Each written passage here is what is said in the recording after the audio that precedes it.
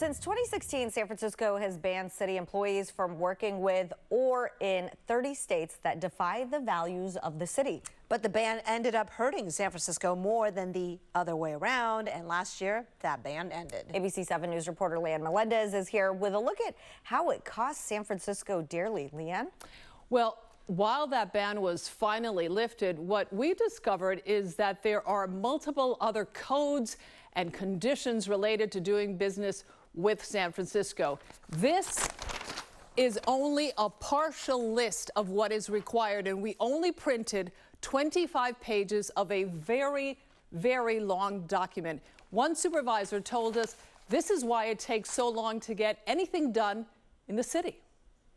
By now, you've probably heard of the infamous Noe Valley public toilet and how San Francisco was ready to dish out $1.7 million for its construction, rather than pay for a much cheaper modular model from a company in Nevada. Here's why San Francisco would not do business with any entity in that state. San Francisco had a ban on doing business with 30 states that had laws that undermined LGBTQ and voting rights, as well as blocking abortion access. It was those states against San Francisco, and that eventually became too costly for city government. The Noe Valley bathroom is not a one-off case. That's a problem that is replicated throughout our city government. Or we couldn't buy toilet paper from where we historically bought toilet paper. These market players are smart enough to know that they had a captive audience and they could raise their prices. It's Economics 101. Competition results in lower prices. Also, because of the ban, public employees were not allowed to travel to one of those 30 states to potentially lure companies to bring business back to San Francisco. The city tried to get around it by granting waivers, and between July 2021 and 2022, 35 city departments approved a total of 538 waivers. The problem there? Even the process of granting waivers was costing the city more money in added staff and paperwork. In one case, the Recreation and Parks Department had to get a waiver to do business with a local LGBTQ vendor who had recently been acquired, you guessed it, by another company in one of those 30 banned states. Because of that, we couldn't use her services until we got a special dispensation, which took a really long time and was frustrating for us and for her. Time is money, and a report by the budget and legislative analysts found that while it is difficult to measure how the city's contracting costs have been affected by the legislation, researchers have found that full and open competition for contracts can result in savings up to 20%.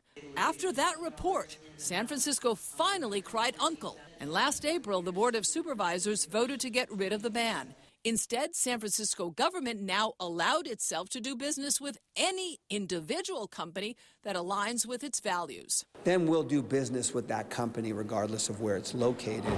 And so we had to adjust the law because San Francisco was getting hurt at some point. Though the city lifted some of the restrictions on who they do business with, it still has a long list of conditions and requirements that companies, industries, states, and even countries must follow in order to do business with San Francisco. Up to now, only one city department has been given a reprieve to operate outside of some of those rules: the Department of Homelessness and Supportive Housing. That's how they've been allowed to expedite the construction of shelters and housing. It saves us at least 3 months on every project that we open and has allowed us to be nimble and take advantage of opportunities to open new projects and spend the resources that the public has entrusted us with. That department is asking for a 5-year extension of its streamlining process to circumvent the still lengthy list of off-limit places and vendors, except that it's getting some pushback from a few in city government.